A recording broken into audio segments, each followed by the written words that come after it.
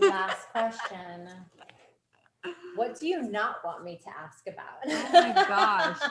I wrote this question out and I was like, I feel pretty good about everything.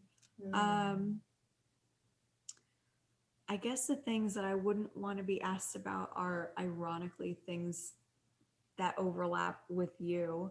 Um, Relationships remain a difficult area for me. Um, I have a couple of men in my past that have so informed my life, and I post this regularly.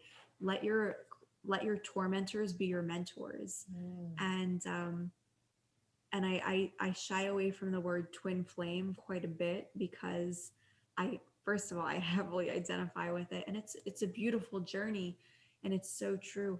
But there are a lot of tricky wickets in it, and so I don't like being associated with that word, even though I very much identify as someone who was triggered onto their spiritual path by a twin flame catalyst, and I became my best, healthiest, most grounded self, healthiest self. I think I said that already. As a result of this person, I don't like being asked about it because it's so deeply vulnerable, and I'm still a little bit avoidant. I'm working on that as best I can as a single woman who will not always be single. But it's a scary and very vulnerable place to be out there and risk judgment, and judgments aren't, there's nothing wrong with them. If your mind is active, you're making judgments, and that's totally fine. It's a scary place for me though, so your turn. Hot seat. Hot seat. So I always cringe when people ask me what brought you to Louisiana. Because there is a half truth, and there is the deep vulnerable truth. And that involves a boy. Yeah. Is he a boy or a man now? Right now in his development, is he a boy or man? He's developing into a man. Okay. I believe that. Okay. Yeah, I believe that. Okay. Someone I love very much. Someone I've never stopped loving. And that is the real catalyst for my move. Isn't it always about love? All the great stories. I'll interject here. Yes. Loni and I have mirroring stories. Yes, we do. And it's difficult because it's very courageous to put yourself in a position where you would make yourself available to love, even if you have more lessons to learn. Yes. Oh, and the lessons, interestingly, we've been broken up since the end of July of 2020. So it hasn't been a year yet. And the lessons are still continuing. You know, they're still developing. And yet my feelings for him have not changed at all. In fact, they've grown more impactful, I think. You know, not necessarily stronger, but more impactful in terms of how I relate to other men that, you know, come into my life, how I relate to myself, you know, how I relate to this experience, and vulnerability, you know, really. And it's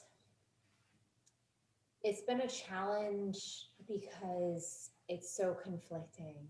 You know, it's so conflicting because of these feelings. It's hard when you still have this love for someone, right? And the ego part of you wants to protect, you know, and that's what ego does. That is why we have ego. It's to protect, you know, the self, and to protect our emotions and our brains, and so much of our defense mechanisms are built out of ego. So I have the ego part and then I have the spiritual part, and they're, consistently at odds with each other. And involved in both of the parts are this love, that I experience for this person who was such a catalyst, for my move here, and it really is amazing what love can make us do, and I have no regrets. I mean, I am so grateful that I moved here. I needed to move here. I think the universe just needed to provide a worthy enough catalyst, Yeah. to get me out of my comfort zone and to get me away from this, I don't want to say mundane life, because my life was never mundane, but it was certainly not as vibrant and profound as it could have been, and so I was gifted with the presence of this person. And what's interesting, I've been feeling into this lately too, is it's not just about what someone else does for us, but what we do for the other person. It's an exchange. People come into our lives for a reason, but we also come into somebody's life for a reason. And I don't want to by any means guess as to what my purpose was for this person. That's on him. That his lessons and his learning, that's what he needs to figure out. That's not for me to figure out. I can only say what my experience is, and um it is an incredibly vulnerable space. And I just have to say that regardless, at the end of the day, I'm so grateful, for him, and I still believe in him. I still I still, I don't know, I guess I don't feel like our story is 100% over, and it needs to find its own way without control on my end, so 100% leaning back and just letting it be. I think that that's really valuable in your development of your feminine energy. Yes. And I think that there's a lot to be said for, even if these men cannot hang out in a space where they're close enough consistently to a loving vibration or a loving emotional state, to be good partners, I think that for snapshots, to feel so deeply someone else's love is inspiring to the point that it makes you bulletproof. And equally, to feel and experience love for someone else, even if it's just a taste of it for 1 second, makes you courageous. Yes. And I believe, oh, who was it? There was actually a quote about this that,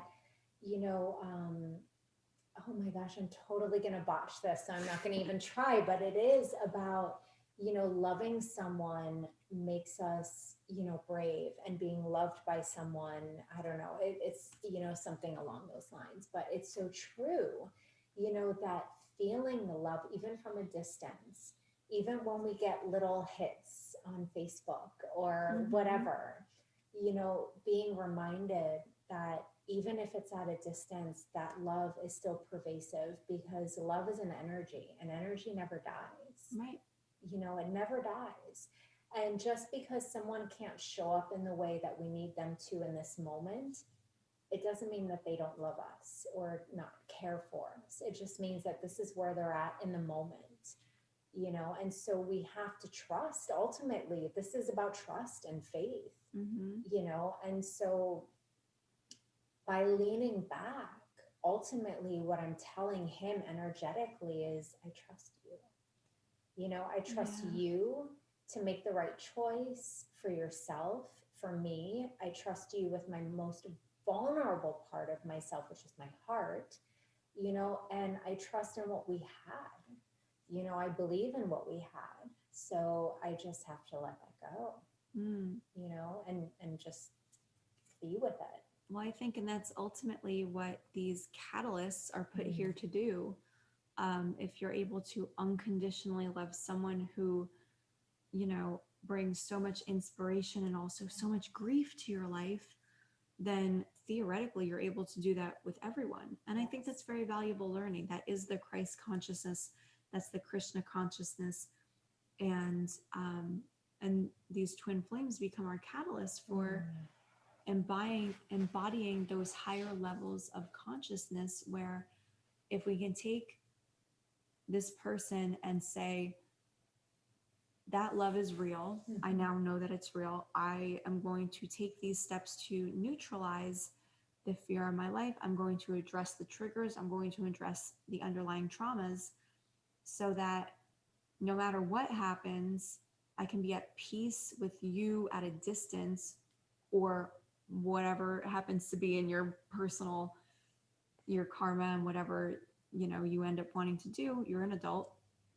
Um, I think that that's the primary purpose of this, because it requires so much self love, coming into a space of caring and attending to yourself so much that you build your own fulfillment Mm. and make Yes. yourself whole, Yeah. holy. Um, I think that that's the entire point of this. And at that point, you've gone on this incredible journey. And if you want a partner, you will end up with someone who's an appropriate match, who's able to do that for you. Maybe it's this person, maybe it's someone else, maybe it's you. Mm. At the end of the day, being that we're all energy, you may have a twin flame catalyst, but you are your own twin flame, and you will come into your own wholeness of your masculine energy marrying your feminine energy. So to go back, this is the idea I lost. Let's come back. I told you. We came full Yep. circle. Yep. I think that when your masculine energy has developed to the point where you're able to be in your own integrity and protect your feminine side, protect your inner goddess, Yeah. no matter what, and you're consistent, um, that is the union. Yes. That's it. And it also boils down to learning unconditional love, which is the ultimate union. I knew that when I gave birth to my son. My son was the first man that taught me about unconditional love. It doesn't matter. I mean, any mother will tell you your children drive you bonkers at times, and our love for them still doesn't stop. Mm-hmm. It still doesn't stop. And so that unconditional love was instilled in me the day I gave birth. Actually, even before that, I remember the first day I felt my son kick in my belly. And that was the day this unconditional love was formed. And I was like, oh my gosh, I have life inside of me. And so that was it.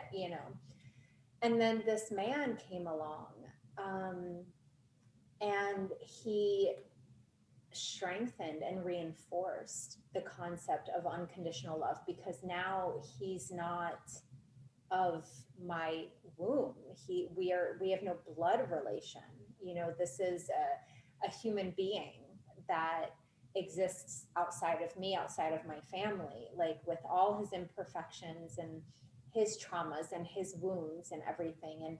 And I think when we come into that space where we're being asked to step into the space of unconditional love, we then step into a higher plane of existence, and with this person, it is unconditional love, because it doesn't matter at the end of the day how he feels about me or not. It My feelings for him are steady. My belief in him is steady. My trust in him is steady. It doesn't matter. And it doesn't mean, and I have to make this disclaimer, it doesn't excuse shitty behavior. Unconditional love. Disclaimer. Yes, it is. It does not mean that you have no boundaries. It doesn't mean that you excuse abusive behavior or anything like that. You still have to take care of you. And unconditional love, though, is still completely independent of whatever is happening. And so this man has fortified my experience with unconditional love, you know, because I can accept exactly where he's at, wherever that is, you know, it doesn't matter. You know, I just love, you know, and so this does create more of a spiritual experience for me as well. That is so beautiful.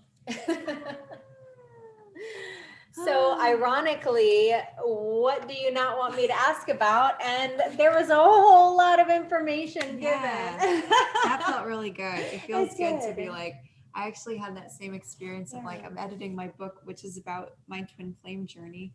And I'm like, oh, I don't want to share it. But then like, once you start sharing, you're like, I'll just lay out the whole mental health history and like, it's fine. Yes, Whatever. Yeah. Yeah. Thank you, Loni.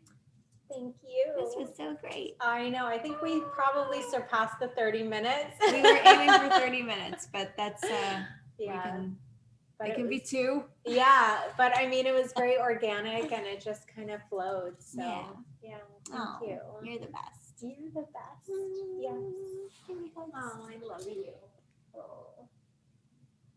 We should have showed off our necklaces. We're still are you? I didn't even see where it's hidden.